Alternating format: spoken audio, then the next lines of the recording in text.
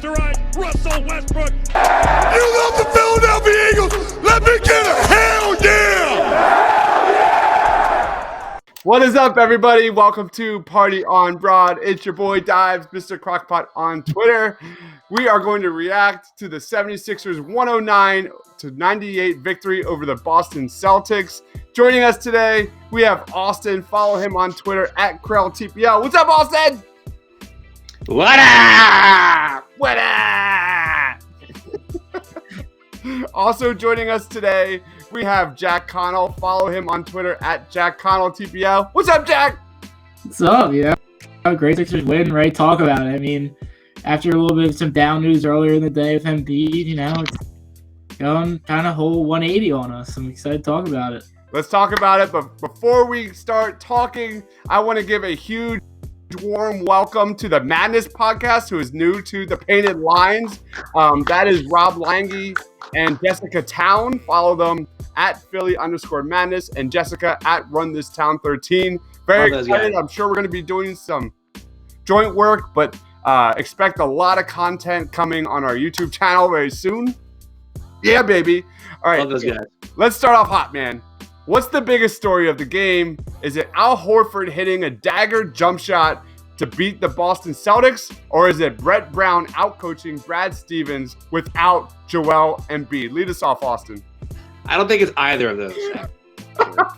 I think it's the rise of Norvel Pelle is the biggest story in this game tonight. And let me just start off with this.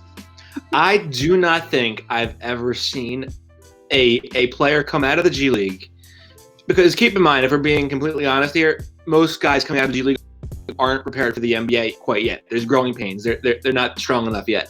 Pelle is poised. He's calm. He doesn't bite on fakes. He is so just instinctual with his ability to block shots at the rim and protect that basket. I mean, I thought it was an indictment on Kyle O'Quinn that he didn't get any minutes tonight. It can be looked at that way. It can also be the fact that Pelle's just very athletic, and he is a very, very good rim protector. I mean, I hate to say it. Austin, you know this. Jack, you know this. I've been on Norvel Pelle all year, well before this season started. I called out Kyle O'Quinn well before this season started that Pelle should get those minutes. Jack, what's your? I gave like a little. Is it Brett Brown outcoaching Brad Stevens, or Norvel Pelle, or is it, I don't know. Ben Simmons being aggressive. Ben Simmons played great. Jay Rich played great. Everybody on defense played great. That stat I just want to throw out there. I just saw my buddy, our Victor Williams, put out on Twitter. Sixers are 11-1 when they hold their opponents to under 100 points. Yeah, man. Mark Zumoff put that out at the end of the game. Man, all right, so let's talk about the Joel Embiid injury. He's out 1 to 2 weeks when he'll be reevaluated. Man, it's been a week of hell, man. You had Carson Wentz going down. Now you have Joel Embiid going down. Austin, what was your reaction to the Joel Embiid injury? My first reaction was, naturally shit, because, he's the engine that makes this thing go. But then you step back and you think, well, they have a big matchup tonight with Boston, and you can only worry one game at a time. And they play up to opponents. We've seen it all season long. And this is why you signed Al Horford, so that way you could let Embiid go for a couple weeks, and you wouldn't lose 8 games in a row. Now they'll just lose 7 of 8, but it's okay. But I was, concerned, and I'm still concerned, but I think they have a very, very nice win to build off here and some confidence going into the weekend against Dallas. Go ahead, Jack. So I was pulling up here the notable opponents they have left. So it looks like Embiid will be out till roughly the end of January, give or take. The top opponents they have through the rest of the month. They have the Mavericks, the Pacers, the Nets, the Raptors, and the Lakers. I feel confident about 4 out of those 5 games. The Lakers is the only one I don't think they would win, but the others, they showed they can beat Boston and they can play these other teams. I'm really not that worried. Dallas, I think, might be able to get a home because they have Luka back and healthy. They didn't play Luka when they played Dallas last time. I think that'll be easy, but I really mean they showed tonight they can play without him. Now, that doesn't mean they should trade Embiid. Everybody listen. Keep Embiid. No, he's staying. He's but saying. they can live without him. And I really do think Don't even get me started. my buddy Harrison Grimm wrote a great article about Norvel Pelle and how he should be an active roster. I really do think, and this is just my guess, I think Raul Neto isn't going to be a Sixer much longer. I think he's gone with Trey Burke guaranteed. Their opportunity to cut him was 2 days ago if they were going to get rid of him. So I really think the eyes are on Nato. He's going to get cut. I think Pelle, just with the injury, how great he's been playing, he's going to be a roster player soon. Who does Harrison write for again? The Painted Lines. Oh, I love those guys. They're great. And one thing I don't like about Norvel Pelle is it ruins the Twin Towers in Delaware. It does. However, Chris Kumaji is killing it. I'll be there tomorrow night covering the game. If you look at Kumaji's net rating, man, with the Blue Coats. I could talk for hours on the Blue Coats. Stop it, Jack. But yeah, I mean, Norvel Pelle, that was my first concern. I had two concerns with Embiid coming out. It was who's going to pick up the pace on offense? Is it going to be Toby? Is it going to be Ben? It was neither of them. It was Josh freaking Richardson. Who's going to pick up the pace on defense? It was Norvel Pelle. Let's talk a little bit about Josh Richardson tonight because he was the man. He was literally the man. 29 points tonight. I just love the way he attacked and was aggressive on offense all game long. Jack, what was your take on Josh Richardson? I want to point out he was 10 of 10 at the free throw line today. Raise your glass, baby. Raise that glass. Woo! I mean, shooting 9 of 16. 4 of his misses were from three-point. He shot 1 of 5 from 3. He was a little bit iffy, but I mean, throughout the rest of his team, he was fantastic, dominant on defense, aggressive, played fantastic, stepped up, looks healthy. It was just a great J. Rich game. I think, wasn't it the last game against Boston? He stepped up well. He had that the possession. He kind of hit it out of bounds. Was that Boston? You're right. So that was a play where I think he committed a foul, but they didn't call it because Brad Stevens had already used his challenge and ended up being a turnover on Jaylen Brown. Yeah, that's what I'm thinking of. Yeah, that play. That dunk he had in the fourth quarter, it was like a inbounds tip pass by Al Horford with I think it was a two-handed dunk by Josh Richardson. That was so epic, man. Austin, what was your take on Jay Rich? I think we saw a very loose Jay Rich tonight. He was very, he clearly had the green light, and I think they need him to have the green light in this absence with Embiid. And I thought it was really refreshing and sort of interesting, I would say, to see how they used him in the pick and roll so much tonight. And it sort of opened an aspect of their offense that we have never really seen before. And I think it's interesting in that it kind of makes you think, well, what really is this team? Like, is there a part of them that we just don't see because of Embiid? And I'm not advocating for, I'm not saying Embiid should be traded, yada, yada, yada. It just may be that you should now have more incentive to try to experiment in other ways. So I think the real big question right now is the Ben Simmons, Josh Richardson pick and roll here to stay? We've seen Brett Brown, like you said, Austin, experiment all season long. Is that something that's going to stick? Go ahead, Austin. I think it has to, because I think that when you have Embiid healthy and and you're trying to close out games, that's the only way you can play Ben Simmons and have it be like an effective 5-on-5 game, because he can just screen for Rich and then just cut to the basket. I mean, they were doing this before Embiid got hurt. A couple weeks ago, he would get lobs late in the fourth quarter and get oops. So I think it's something you have to experiment with at the very least and really try to implement into your offense. Go ahead, Jack. What do you think? I agree. I mean, it's just something, it's been working well. Just if it ain't broke, don't fix it. If it's working, just keep running with it. I thought it was great. One thing just kind of off topic, I saw my phone. I thought you guys want to hear. Brett Brown said Elton Brand had Joel Embiid on FaceTime from New York during the Sixers bell ringing celebration in the locker room so he could still be a part of it. So they had Joel ring the bell with his left hand. Right hand. All right. So any discussion about Jay Rich naturally, I think, leads right into Ben Simmons.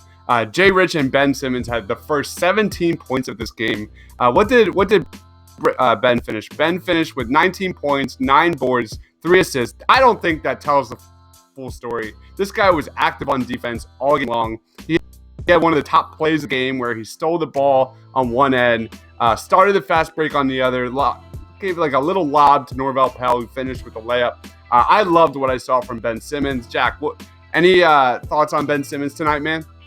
He played great. He was aggressive, dominant on the defensive side of the ball. He was hustling over the place, playing aggressive. I don't need Ben Simmons to shoot. If he's playing aggressive, I love aggressive Ben. If he's driving to the basket, I'm perfectly fine with that. I don't need him shooting threes. I don't need him shooting jumpers. If he doesn't need to, he doesn't need to. He's fine with what else he does. Period. I thought he played great. I noticed the defense all around was fantastic. The thing I was looking at, Marcus Smart was the second high scorer, 24 points. Outside of that, the combined Boston Celtics bench had 10 points. Oh, yeah. Shut down. Gordon Hayward, 8 points. Jaylen Brown, 7. Or not even 7, he had 6. I mean, these guys were shut down. I'm looking at the Boston Celtics. Oh, go ahead, Austin. Go ahead, man. Those stats brought to you by our lovely sponsor, ESPN. Don't we don't want to get into any we don't get sued here. Come on, man. All right, so let's talk about the Boston Celtics shooting, man, because they were at one point it was 7-11 from 3, and they finished 14 of 36, man. I go Josh Richardson, I go Ben Simmons, and we touched a little bit on it. Norvel Pelle, man. Norvel Pelle made so many impactful plays on defense. He had countless alley-oops, major blocks. What is the future for Norvel Pelle on the Sixers, and how does Brett Brown get Norvel Pelle more involved with this team? Go ahead, Austin. So I think you have to use him in the role that you envisioned for Nerlens Noel as the backup big, screen and then just dive, like immediate, hard screen, dive to the basket, block as many shots as you can. Don't turn the ball over. Don't commit, undisciplined fouls, and just all in all, be a net positive. And I think most importantly, just bring that energy out the bench, because that energy is really what got them going in this game when they were down by 15. Go ahead, Jack. Yeah, I think I said I kind of alluded to earlier. I think he's going to replace Raul Neto as an active roster member. Amen. I think he will be. You'll be looking at him as Here's my thing. I think he might, if depending on how Al Horford feels, if he wants to move back down to that 4, if you want to keep him at that 5, maybe he could start. He is the best. I mean, I guess I don't know. Would you count Al Horford as a true center? No. He's the best true center on the Sixers right now. If Embiid hurt, I mean, it's not really. It's a 2-man competition, but still. There you have it. And I was really, I've been preaching this all season long, man. It was the same fucking issues that they had last season. As soon as Joel Embiid comes off that court, it is a legit tractor beam right to that rim. And I love you, Kylo Quinn. You don't got it. But Norvel Pelle gives you something that no one else on the Sixers can, help with, and that is rim protection. It is causing, havoc in the paint. And finally, it seems like, fingers crossed, that Brett Brown is going to stay with this guy. At least I hope, because that's Brett's problem, is that he sees Norvel Pelle maybe make one mistake and he's out. And I don't like that. Let's talk about, who do you want to talk about? Go ahead, Austin. Name a player. Well, damn. Let me see here. This is putting me on the spot. Let's talk about Al Horford. Yeah, can we talk about Al Horford? Go ahead, Austin, or go ahead, Jack. I got to point out that Austin's wearing a button-up Sixers shirt. Jack is wearing I'm supposed to be objective, okay? Don't tell everybody that. Jack is wearing a legit Al Horford 76ers sweatshirt. I'm sitting here wearing a Monsters Inc. sweatshirt. Go ahead. Jersey, I'm sorry. No, I've always appreciated Al Horford. He's worth $109 million. Never doubted him for a second. Never wanted to trade him. He was great tonight. He did exactly what he needed to do. He was great shooting mid-range. He was just great at what Al Horford is great at doing. There is a set role for Al Horford that we expected Al Horford, and he does it. And that's all I need from him, and he did it tonight. And then maybe a little bit above and beyond. But I'm glad I feel like his injury might take a little too long to recover from. Maybe he's finally starting to get back in the groove of himself. Because there was just 2 weeks where everybody wanted to trade him, and he's fine for the whole rest of the season. before that. Now he's fine now. So I really think it was that injury. He's been playing great. He had 17 points, I believe, and 9 rebounds. We find out here exactly. After a 0 first quarter, man, he was like completely absent in that first quarter. 17, 8, and 6, shooting 7-11 from the field and 2 of 3 from 3. And he had the highest plus minus on the Sixers with 19. Go ahead, Austin. So for me, it's Matisse Thybulle tonight. It was good to see Matisse back on the court, and I think he was a little bit rusty offensively, but I think all in all, it was a really, really, really welcome sign to get him back. He brought that energy as always, and I thought even though he was sort of trying to get back to NBA speed, get back to NBA conditioning, he was a net positive. And with this bench, that's all you can ask for. I would like to. I hope within the next couple days, maybe next couple games. I know they only play 13 games in January, but after the maybe Dallas and the next game, they insert him into the starting lineup to an Embiid's absence. Because I think that although the sample size isn't pretty so far, a lineup that features Horford, Simmons, Thybulle, Harris, and Josh could really do some damage and really be I guess, potion or an elixir while Embiid's gone. I fully agree, man. He had a massive offensive rebound in that last 2 minutes. You want to do some grades, and we'll wrap this up, man. All right, let's start off with Mr. Josh Richardson. Jack, give us a grade real quick. Hey. Austin. What? Kill me, man. What grade would you give Josh Richardson? A+. He was everything tonight. A+. James Ennis. Go ahead. C+. C+? Okay. How about you, Austin? B. Yeah. I think I'm right around a B. I think a B. He had a couple really big threes. He wasn't the headache that he sometimes can be. Ben Simmons, I'll give him an A. Go ahead, Jack. I'll say A-.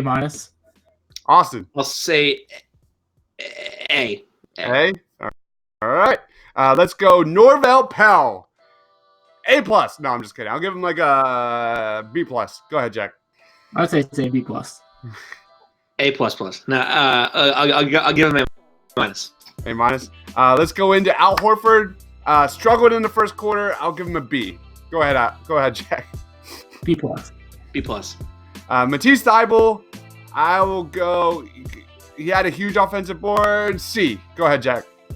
I'll say B-. Austin. I will say. Wheels are really turning here now. Smoke coming out of my ears. I will say Matisse gets a C+. How about Furkan Korkmaz? He had a really couple big 3-pointers in that fourth quarter. I mean, that's what he does. He didn't really kill the team on defense in that second half. B? Go ahead, Jack. I'd say B-, B. C. C? C. He hits big shots, but let's think about this. He is as weak as they come on defense. He could not for the life of him bring down somebody on a foul and not let them get beyond one-off. How many 3-point plays did they get? And it's just because it's a little slap foul, and it's like you give up, you hit a 3 and then you come back and you give up 3. You gotta be more competent than that on the defensive end. I know it's hard, but you're basically a net neutral at that point. Speaking of ticky-tack foul, how about that foul on Jason Tatum with Norvel Pelle? I think Tatum was doing I thought it was a good call. It was a good call? I thought it was a good call. Austin, you're killing me tonight, man. That was a terrible call. It was late. Dude, in the words of Mark Zumoff, ticky-tack. And then lastly, we didn't do Tobias Harris. Tobias Harris struggled in the first half, but had some huge buckets in the second half. B. Go ahead, Jack. I gotta say, I'm giving B. B-. All right. I'm going to give you some trade targets. These are per Kevin O'Connor. You say you're in or you're out. You ready, man? I don't want to. This just quick in and out, and we'll wrap this up. Malik Beasley. Jack, go. In. Austin. I'm neutral. All right, that's fine. Glenn Robinson III. Jack, in or out? We had him once already. Out. All the way out. All the way out. Davis Bertans. Jack. In times 10. You could not get me more in something. He's all the way in. Antoine Moore. Jack's eyes lit up when I said that. Antoine Moore. I'm out. Jack, All right. I will say I am out. Andre Iguodala. I'm out. He doesn't fit what you need. Yeah. You need a shot creator. Go ahead, Austin. Always in for some Dre. Lastly, the biggest name of the day has to be Rocco. Are you in or out on Robert Covington? Go ahead, Jack. You can't really tell. That's just a giant framed autograph picture of Robert Covington. But yes, in. I don't trade that Simmons and Embiid for him. But give me Rock. I want Rock. All right. Go ahead, Austin. Just like you couldn't get me more in on Bertans, you could not get me more out on Covington. Oh, wow. Okay. That's so. If you think about it this way, he is shooting the exact same percentage as Mike Scott. Do you really want another Mike Scott and give up assets to get Mike Scott again? But with A little bit better on defense than Mike. Okay, well, this defense, you don't need any more defense. You need offense. We need the other side of the ball now. I agree with you, Austin. You need a scorer. You need a bucket getter, all of that. All right. Austin, anything you want to talk about on your Feed to Embiid podcast? No, but I do have to make another rant. Oh, crap. Should I'm like scared. Don't worry. It'll be appropriate. It'll be tasteful. Always is. Go for it. All right. First of all, you can actually win a basketball game as the Sixers and then not have to be divided on whether you have to trade Embiid or Simmons the next day. It doesn't have to happen every single time there's a basketball game. It is the most infuriating thing in the world. You can actually, they're young enough, believe it or not, you can actually build around both of them at the same time, and it won't be a disaster. I know that they have flaws individually, but as has been proven in the last two seasons and in the middle of this season, they are a very good team with both. Are there growing pains to them becoming what they can eventually be? Of course, there is with anybody. And then as for the Brett Brown people, he coached his ass off tonight. He did a phenomenal job. In the second half, it was an entirely different offense, attacking the rim, aggressive, pick and rolls. He coached them through that fourth quarter where he actually turned Ben Simmons into a closer. A closer. He was making plays from the free throw line as a closer. In the pick and roll. He turned a guy who can't shoot a jump shot into a closer from the free throw line. I mean, that is insane. Brett Brown, hats off to Brett Brown tonight. He did a phenomenal job against Brad Stevens, who is always and forever on the hot seat. I mean, the question is, did Brett Brown ever call plays? Because that's like the biggest story of the last few weeks is that Brett Brown is now calling much more plays on offense right now. When Al Horford called out the team, when Josh Richardson called out accountability on the whole team, you saw Brett Brown admit that he's now calling more plays. Jack, any comments about your post-position podcast, or wrap this up, man? So we just recorded an episode the other day. It should be coming out soon. We talk about Dwight Howard dunk contest, all-star predictions, all that fun stuff. Anthony Davis's contract declining, trade deadline, who we think's going where, all that fun stuff. Awesome stuff. All right, make sure you follow Austin Krell on Twitter at KrellTPL, and his Feed to Embiid podcast. Follow Jack on Twitter at Jack Connell TPL and his post-position podcast. Do not follow Analyst Austin. He is he's not a burner. He is a troll of me. Make sure you follow Austin on Twitter. Follow Jack on Twitter. I'm Deibs, Mr. Crockpot on Twitter. Go Sixers! Stay awesome, guys.